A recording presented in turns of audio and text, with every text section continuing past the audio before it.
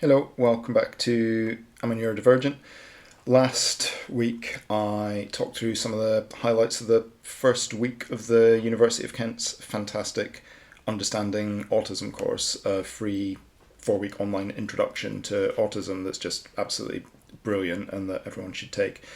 Chapter 22, week 22 of my self-discovery year, I was still absolutely locked into this course and in full sponge mode. So I'm just going to do the same as I did last week, go through my notes from week 2 of the course, highlighting things that chimed with me and adding some of my own thoughts. And while same as last week, my thoughts on the course are obviously no substitute for actually taking the course, I hope this video might be helpful for people who may not either have time to take the full course, to at least give you a chance to get a flavour of it before doing so, in advance of hopefully doing their full course yourself or recommending it to others. So week 2 of the course, and again it's mainly Dr. Jill Bradshaw, Georgina Watts and Dr. Damien Milton presenting the video modules, the latter two being autistic academics themselves. Week 1 was a broad intro to autism and what it is. Week 2 focuses on both the strengths and challenges of being on the autism spectrum and how those two aspects weave together using the common twin pillars of A, sensory sensitivities, and B, repetitive behaviours and interests to highlight both. Two of the common pillars everyone on the spectrum deals with to some extent or other. The first part of the second week is about what these strengths and challenges are. The second part more about why these processing and behavioural differences might be present. And it's the second why aspect that I think is absolutely key to understanding all of this. So please do stick with the video all the way through to that good stuff towards the end around the why. Right, Understanding Autism, week 2, coursework recap. The facilitators start off looking at the strengths and challenges of sensory sensitivities, specifically how autistic people process and experience sensory information differently, like touch, sight, sound, smells, and even proprioception, which is the sensation of your own body as it moves, differently to non-autistic people. There are almost always significant differences in at least one of those senses, and often differences around multiple senses. Those differences can involve either a heightened awareness of those sensations compared to average or a much reduced one. And that spiky profile we talked about last time with the autism spectrum, things can be either significantly higher or lower than average, i.e. you never know what you're going to get with us, just that things are going to be significantly different from how your average person experiences them. So an autistic person could either flinch away from the lightest of touches because it feels overwhelming, or fall and cut themselves and barely notice the pain, depending on where they land on the spectrum colour wheel we talked about last time. When you're autistic, you're often not even aware you are experiencing sensory information differently to others. Or you are, but you've been fobbed off with a different explanation and just accepted that misdiagnosis. So example of that, I went to my GP as a teenager or in my early 20s to say I thought I was experiencing intermittent deafness because I could hear perfectly in quiet environments but couldn't make out any conversation in a loud pub or restaurant or at a gig, while others, although they were shouting, could carry on a conversation. For me, when there's too much background noise, everything just becomes a kind of overwhelming roar, and I struggle to be able to differentiate individual words, let alone sustain much of a conversation. And this GP told me 20 years ago, this is simply something known as cocktail party deafness, and offered no further explanation. Years later, I discover auditory processing differences are hugely common for autistic people. Who knew? Not many in the late 90s or early 2000s, it turns out. I was also very, very fussy with food when I was a kid, and apparently lined up and segregated food to be eaten in a specific order, which again is now recognised as quite a common indicator, but back then was just a kid being fussy and particular. Some people can have extreme versions of these food taste and texture sensitivities and can only eat a very restricted diet as a result, or just eat the same food over and over again as the only thing they can tolerate. In rare cases of what's called synesthesia, senses can even cross over. You can taste sounds or see smells as colours. Not many people have this, but some do. A more broad example of how you might suffer with multiple sensory processing issues, the example used in the course to help non-autistic people understand it is like often going into a new place that non-autistic people would find quite pedestrian, like a supermarket, can feel to an autistic person like going into a raging disco with loud music, flashing lights, loads of people, loads of overwhelming smells, and then being asked to just calmly browse and shop and concentrate is almost impossible. Or at least we can do it for a bit, but it will drain our batteries down to zero really quickly. Supermarkets, swimming pools, open plan offices, all of these things can be death metal disco barbecues for us. The course shares a really good video called Make It Stop from the National Autistic Society that I'll include a link to in this video description. I've used this video to try and help people at work understand what day-to-day life can feel like. Again, I watched a video quite similar to this one a few years back and just thought, but that's just how everyone experiences the world, right? It turns out, not how everyone experiences and processes the world. And George Watts talks to this a bit in the course too, much like in week 1 around social communication. Until she self-diagnosed as autistic, she wouldn't have said she had any sensory differences because she just didn't know. She experienced things differently to other people. And then she learned about autism and experimented with things like ear defenders that cut noise out and helped her feel less stressed, feel less upset, have less meltdowns. Dr. Milton talks about being well into his 30s before he realised mildly flickering lights didn't bother other people the same way it bothered and distracted him, or the smell of cheese, or the texture of labels on clothes.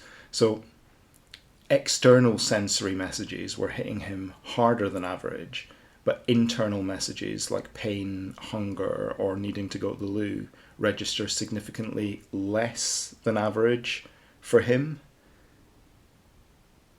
And hit him last minute once they became overwhelming, and then it becomes all he can think about. Again, the kind of spiky profile.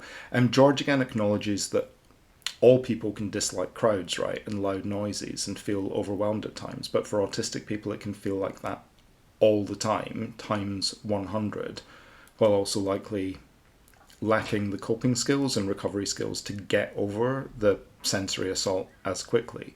So what can feel like a mildly stressful sensory experience to non-autistic people can almost feel like being in a war zone to autistic people, which is, I guess, why a lot of us tend to stick to our rooms or target quiet, more isolated places, unless we've also got ADHD, when we can want and crave new experiences, but then find them completely overwhelming when we do. Fun time mix and match.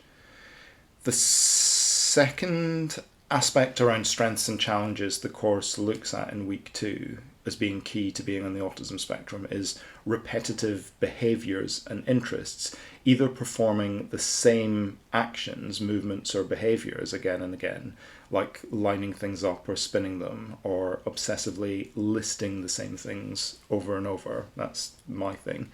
Or being super interested in one particular topic in great detail and focusing or talking about that one subject excessively, at times exclusively. The challenges are obvious here. When you're doing one thing over and over and over again, for me it's incredibly repetitive hobby lists. As much comfort as it might bring us, it means we don't get other things done and can get kind of stuck in an unproductive, repetitive loop within our own brains. I recognised this feeling so much, I was actually initially going to call this video channel Stuck. And when you've got co-occurring learning disabilities tag teaming with your autism, you can often get super stuck. But the strengths of repetitive interests and repetitive behaviours are that when directed and focused right, you can build up huge reservoirs of knowledge and expertise in a given area and become a great subject matter expert in whatever your hyper focus area may be. Deep expertise, if channeled correctly, and being able to spot gaps and opportunities because of that focus and attention to detail, gaps and opportunities, and being able to spot where things are out of place, details that others will simply miss, quite frankly, because they're not focusing to the same extent as you are. And this laser-like attention to detail when we're interested in something is absolutely one of the key strengths of being on the autism spectrum. Those intense skills in specific areas feed in to the so-called spiky profile we talked about last week, when we think of the spectrum as a colour wheel of abilities. And the course comes back to that and looks at how most neurotypical people, more or less, tend to have a fairly even profile of skills. You can kind of guess how competent someone might be at something from your general experience of that person. With autistic people, because we have these spiky profiles, where we can be way above average at some things and way below average at other things, it's a complete lottery what our skill sets in any given situation are going to be. We can be wildly unpredictable with an uneven skill set, and that often confuses the hell out of non-autistic people. And the challenges of that, while a spiky profile can, at its extreme manifestation, lead to exceptional abilities and savant skills in a particular area, it can more often than not simply lead to either A, verbal articulate neurodivergent kids being unfairly branded as lazy or unacademic because they're not being taught in ways that work for them. Thank you, 99% of ignorant, lazy, neurotypical teachers. Or conversely, B, it can also lead to autistic kids and adults who have significant challenges in other aspects of their profile being wildly underestimated in terms of what people assume is their potential or what they might be capable of. Both approaches, simply because of the lack of mainstream understanding around spiky profiles in neurodivergent individuals, can be exceptionally damaging to an autistic person's self-worth and how they think of themselves. But sticking with autistic strengths, the course comes back to fixed repetitive interests and looks at hyperfocus. And I absolutely loved how positive and affirmatory some of this was. Again, just hearing autistic academics change the narrative in the way George and Dr. Milton do here is tremendous. The course notes there are a number of theories around autistic hyperfocus. For example, that we have innate abilities in being able to block out irrelevant information, to only focus on specifics. And by doing so, we very naturally get into what's called a flow state, where our focus takes over and you can lose track of time. Neurotypicals often spend a ton of money on apps and courses teaching them how to get into a flow state. Autistic people just do it automatically because it's how we cope. But people think we're just not listening, which is kind of sad, but also kind of hilarious and ironic. So hyperfocus can be a massive strength for autistic people. Again, though, obviously some challenges can emerge here. Focusing on one thing exclusively like a trained ninja, to the extent of forgetting to eat, sleep, or wash. Arguably not great. And if your hyperfocus turns out to be, the example the course uses is gambling, at the expense of shopping, working, engaging with your family, getting into debt, not noticing the house is on fire, then sure, colour us challenged and terrible at life. Case could be made. May require therapeutic intervention. But by and large, hyperfocus, when tamed, can absolutely be a superpower. Also on hyperfocus, the course briefly touches on the differences between autistic restricted and repetitive behaviours, or RRBs, and OCD, obsessive compulsive disorder, which was super helpful for me because before I got my ASD diagnosis, OCD was one of the things I wondered, whether it might be causing my own obsessive hobby lists and rigid day structures. And there can be surface level similarities between autistic RRBs and OCD behaviours, but crucially the motivations are completely different. People with OCD feel like bad things may happen if they don't do the repetitive behaviours, so the behaviours are associated with intrusive negative thoughts and anxieties around those actions, and the compulsion to do those behaviours or sets of behaviours, usually a set number of times. Doing the actions themselves for people with OCD doesn't bring joy. It's only the completion of those actions that brings a sense of relief. And conversely, autistic people broadly love their repetitive behaviours while they're doing them.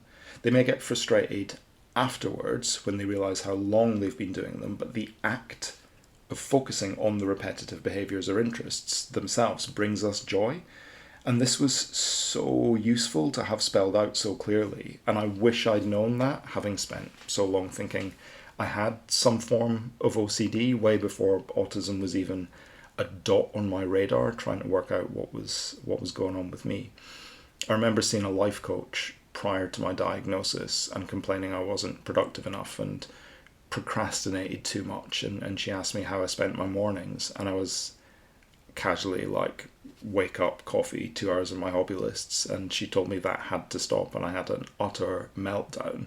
I was all like, absolutely not. Those 2 hours are sometimes the only 2 hours of my day that I enjoy.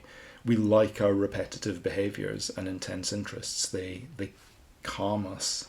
They're a safe space for us with cognitive blinkers to shut out the noisy, bewildering outside world and allow us to zero in on an internal world that we have complete control, structure and order over.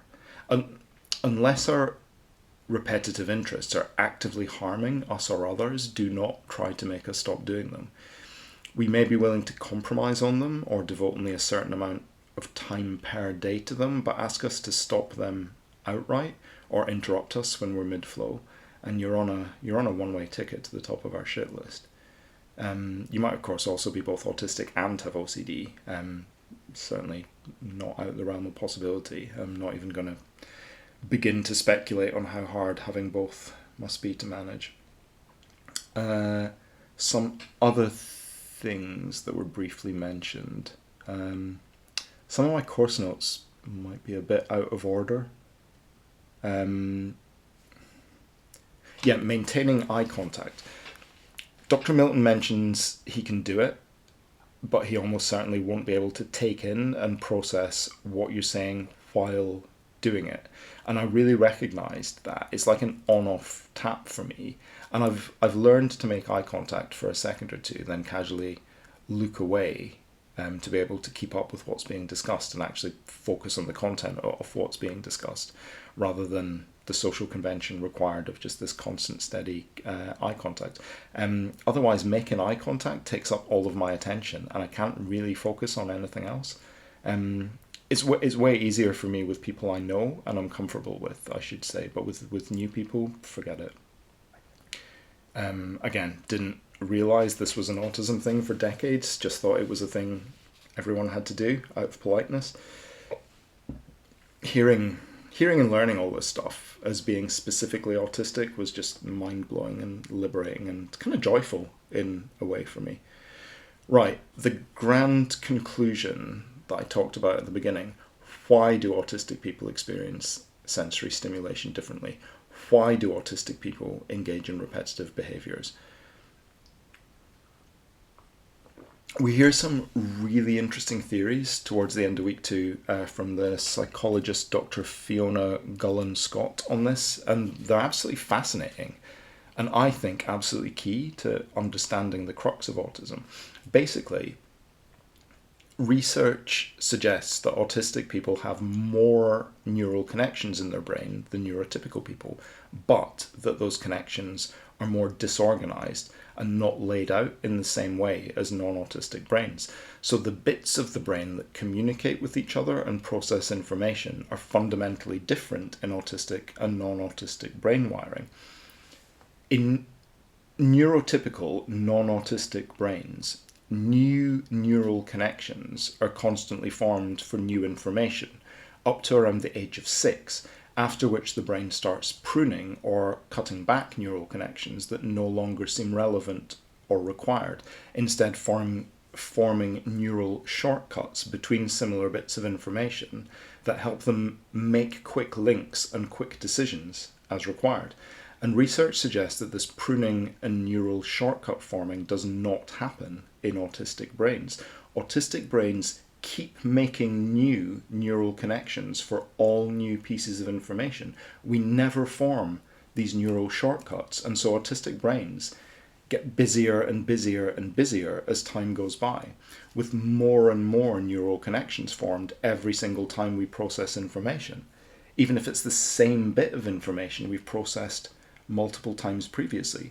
And hearing this at this point in my journey, it all suddenly started to make so much more sense to me, both from a sensory point of view and from a repetitive behaviour point of view. The course goes back to the example of the supermarket. To neurotypical brains, a supermarket's just a supermarket.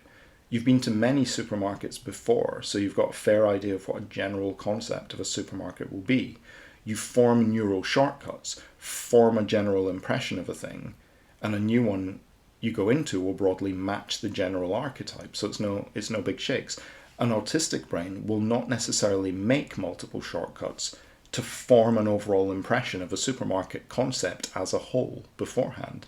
So if you go into that supermarket, you're experiencing each sensory assault, the brightness, the colours, the noise, the smells, individually for the first time, and forming a new neural connection of what this supermarket is like from scratch.